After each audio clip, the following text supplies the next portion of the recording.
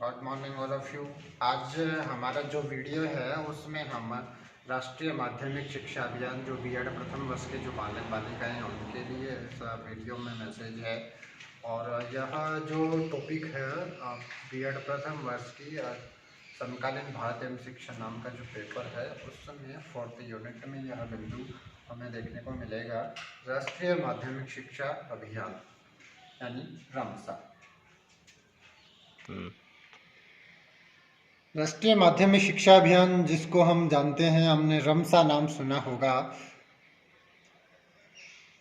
शिक्षा देश में उच्च स्तर पर चिरस्थायी विकास के लिए अच्छे विकास को प्राप्त करने का एक साधन है।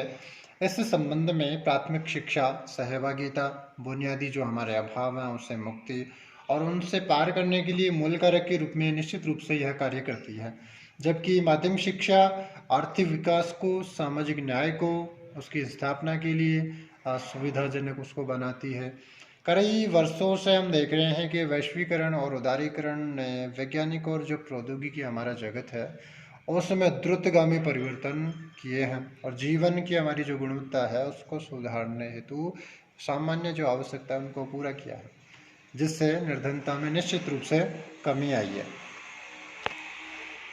1986 की जो नई शिक्षा नीति है यानी 1986 की नई शिक्षा नीति है और योजना कार्यक्रम में 1992 की जो सिफारिश है उसके अनुक्रम में अगर हम बात करें तो भारत सरकार ने अलग अलग समय में माध्यमिक और उच्चतर माध्यमिक स्कूलों के बच्चों की सहायता के लिए विभिन्न प्रकार की योजनाएं आरंभ की हैं। हम बात करें तो सन 2009 में राज्य सरकार और स्थानीय स्वशासन की भागीदारी में रमशा जो हम यह देख रहे हैं राष्ट्रीय माध्यमिक शिक्षा अभियान, इस योजना को अत्याधुनिक रूप से संस्करण या इसका है राष्ट्रीय माध्यमिक शिक्षा अभियान भारत सरकार की एक योजना है जो मार्च 2009 में माध्यमिक शिक्षा तक पहुंच बढ़ाने के लिए और उसकी गुणवत्ता में सुधार के लिए यह शुरू की गई थी। इस योजना का कार्यान्वयन 2009-10 में मानव जनशक्ति सृजित करने और वृद्धि करने तथा विकास करने के साथ साथ भारत में सभी को गुणवत्तापूर्ण जीवन देने के लिए इस माध्यमिक शिक्षा अभियान रमशा की शुरुआत की गई थी। हाँ। राष्ट्रीय माध्यमिक शिक्षा अभियान के अंतर्गत हम अगर उद्देश्य की बात करते हैं तो इसका सब जो प्रमुख उद्देश्य है वो जो सभी माध्यमिक स्कूल हैं उनकी निर्धारित जो मापदंड है उनके अनुरूप बना करके माध्यमिक स्तर पर जो दी जा रही शिक्षा है उसकी गुणवत्ता में सुधार करना, यानी मुख्य रूप से जो सभी जो इस विद्यालय हैं माध्यमिक शिक्षा के जो विद्यालय हैं उसके जो निर्धारित मापदंड हैं उनके अनुरूप उनको बना करके उसमें गुणवत्तापूर्ण जो शिक्षा है वो प्रदान की जाएगी। दूसरा हम बात करते हैं तो लैंगिक, सामाजिक और आर्थिक जो बाधाएं हैं जो माध्यमिक शिक्षा के अंतर्गत आती हैं, यानी लैंगिक रूप से भी बाधा आती है, सोशल दृष्टि से भी आती है और इकोनॉमिक फैक्टर भी कहीं ना कहीं हमारे विद्यालय में जो बालक बालिका है उनको प्रभावित करते हैं। तो इस प्रकार की जो बाधाएं हैं उनको हटाने का मुख्य उद्देश्य राष्ट्रीय माध्यमिक शिक्षा अभियान अर्थात जिसको हम रमसा के नाम से जानते हैं उसका है। अगला हम बात करते हैं तो वर्ष 2017 के अंत तक माध्यमिक स्तर पर व्यापक पहुंच बनाना, यानी जो हमारी 12वीं पंचवर्षीय योजना है 2012 से 17 उसे के अंतर्गत जो माध्यमिक शिक्षा है उस पर व्यापक पहुंच बनाना। अगला हम उद्देश्य की बात करते हैं तो जो विशेष वर्ग है, विशेष वर्ग में हम बात करें तो SC है, ST है, OBC है, इस प्रकार से या फिर विकलांग जो बालक बालिकाएं हैं या गरीब ऐसा है जो बालक बालिकाएं हैं उनके लिए माध्यमिक शिक्षा की व्यवस्था सुनिश्चित की जाए, इस प्रकार का उद्देश्य रमसा का आता है। अगला हम बात करते हैं शिक्षा प्रबंधों में जो पंचायत हैं और जो अन्य स्थानीय संस्थाएं हैं उनकी जो भागीदारी है उसको निश्चित करना, यानी माध्यमिक शिक्षा अभियान के अंतर्गत जो हमारे पंचायत स्तर है, ग्राम पंचायत के अंतर्गत और जो स्थानीय जो संस्थाएं हैं उनकी जो भागीदारी है उसको हम सुनिश्चित करें, इस प्रकार का उद्देश्य लेकर के रमसा अभियान चलता है।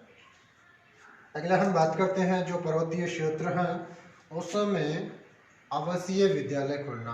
अभी इस प्रकार से हम जानते हैं कि जो पर्वतीय विद्यालय होते हैं उसमें दूर से बालक बालिकाएं जा नहीं सकते हैं, वहाँ पर पढ़ने के लिए अन्यत्र हमारे को गमन करना पड़ता है। हम हमारे यहाँ राजस्थान की बात करें तो जो है जिस प्रकार से डूंगरपुर बांसवाड़ा का जो एरिया है वहाँ पर पर्वतीय क्षेत्र है, तो उसमें पढ़ने के लिए दूर विद्यालयों में जाना होता है। तो ऐसा बालक बालिकाएं प्रतिदिन नहीं कर सकते। तो सर्वेक्षण जो राष्ट्रीय माध्यमिक शिक्षा अभियान है इसके अंतर्गत यह उद्देश्य इसका रखा गया कि पर्वतीय जो विद्यालय है उन विद्यालयों में आवासीय जो विद्यालय है उनकी व्यवस्था की जाएगी।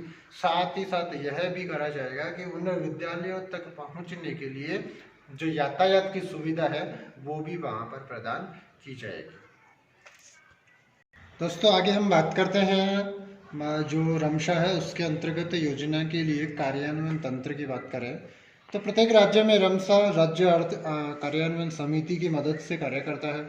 रमशा का समन्वय करने के लिए मानव संसाधन विकास मंत्रालय MHRD केंद्र सरकार का नोडल मंत्रालय है। माध्यमिक शिक्षा स्तर पर इसकी जो रणनीति है उसका हम थोड़ा सा चर्चा कर लेते हैं। उसमें सबसे प्रथम हमारा बिंदु प्रवेश है, यानी विद्यालय में उसकी एंट्री। तो भारत में विभिन्न क्षेत्रों में शिक्षा व्यवस्था की स्थिति भी भिन्न भिन्न है, हम सब जानते हैं। माध्यमिक शिक्षा के व्यावसायीकरण के लिए इन भिन्नता में एक रूपता लाई जानी चाहिए, जिसके लिए हम बहुत सारे कदम उठा सकते हैं। उनमें हम बात करते हैं कि सबसे पहले तो हम जो आवश्यकता अनुसार जो नए विद्यालय हैं, नहीं जहाँ पर आवश्यकता है कि हम सेकेंडरी विद्यालय खोलें तो आवश्यकता अनुसार वहाँ पर विद्यालय नए खोलने चाहिए। दूसरा, विकलांगों की शिक्षा के लिए विद्यालय की इमारत है उसमें विशेष प्रस्ताव होने चाहिए। क्या जो विकलांग बालक हैं उनके लिए सुविधा किस प्रकार से वो बच्चे, मान लो 2 मंजिल की विद्यालय है उसमें ऊपरी कक्षा में मान लो किसी कक्षा में बालक जाता है तो उसके लिए क्या व्यवस्था, इस प्रकार की जो सुविधाएं हैं वो विद्यालय के अंतर्गत की जानी चाहिए। दूसरा हम बात करते हैं गुणवत्ता की, जिसको हम कहते हैं क्वालिटी।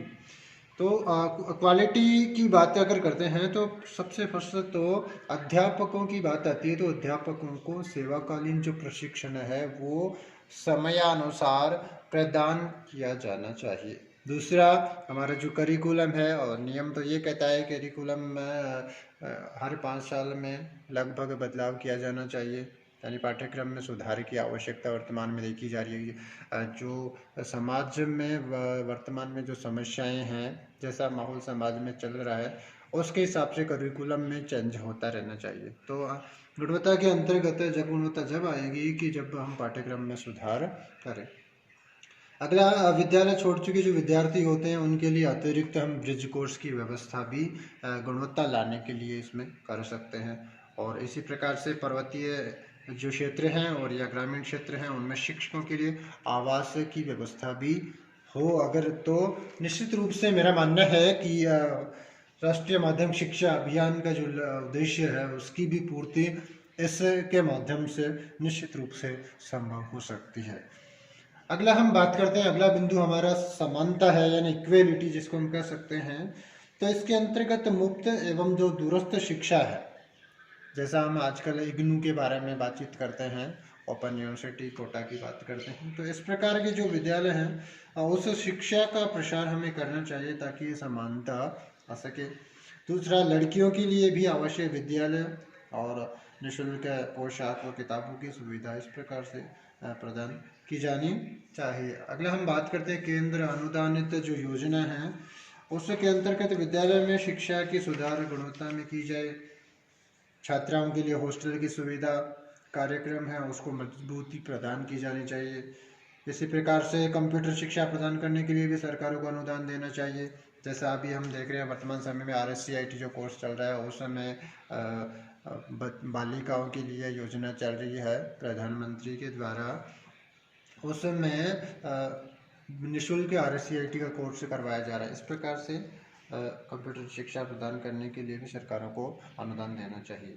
अगला हमारा टॉपिक है संसाधन संस्थाओं का सशक्तिकरण एवं उनमें संस्थागत सुधार की अगर बात करते हैं तो सबसे पहले हमारे माइंड में यह विचार आता है कि माध्यमिक जो शिक्षा प्रणाली है उसमें आवश्यक जो व्यावसायिक निवेश है वो निश्चित रूप से करना चाहिए। दूसरी हम बात करें तो शिक्षा प्रशासन में आधुनिकीकरण कर देना चाहिए और विकेंद्रीकरण भी करना चाहिए, जो आज के वर्तमान की मुख्य आवश्यकता भी है।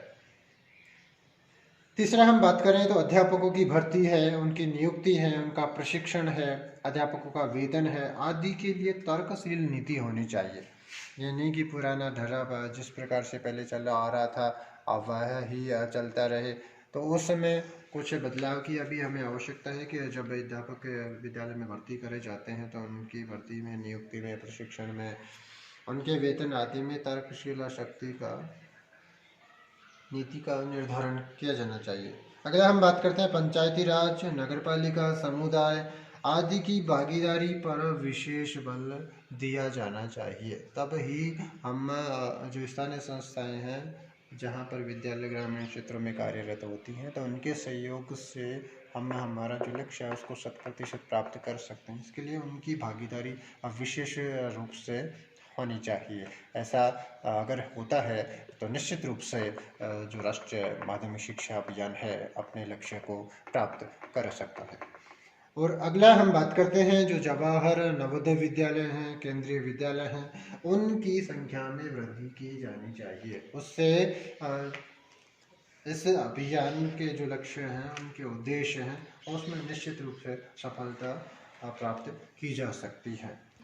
दोस्तों, आज के लिए हमारा जो वीडियो था राष्ट्रीय माध्यमिक शिक्षा अभियान, इसका वीडियो जिसमें हमने बहुत चर्चा कर चुके। आज का यह वीडियो हम यहीं पर विराम देते हैं। नमस्कार, धन्यवाद।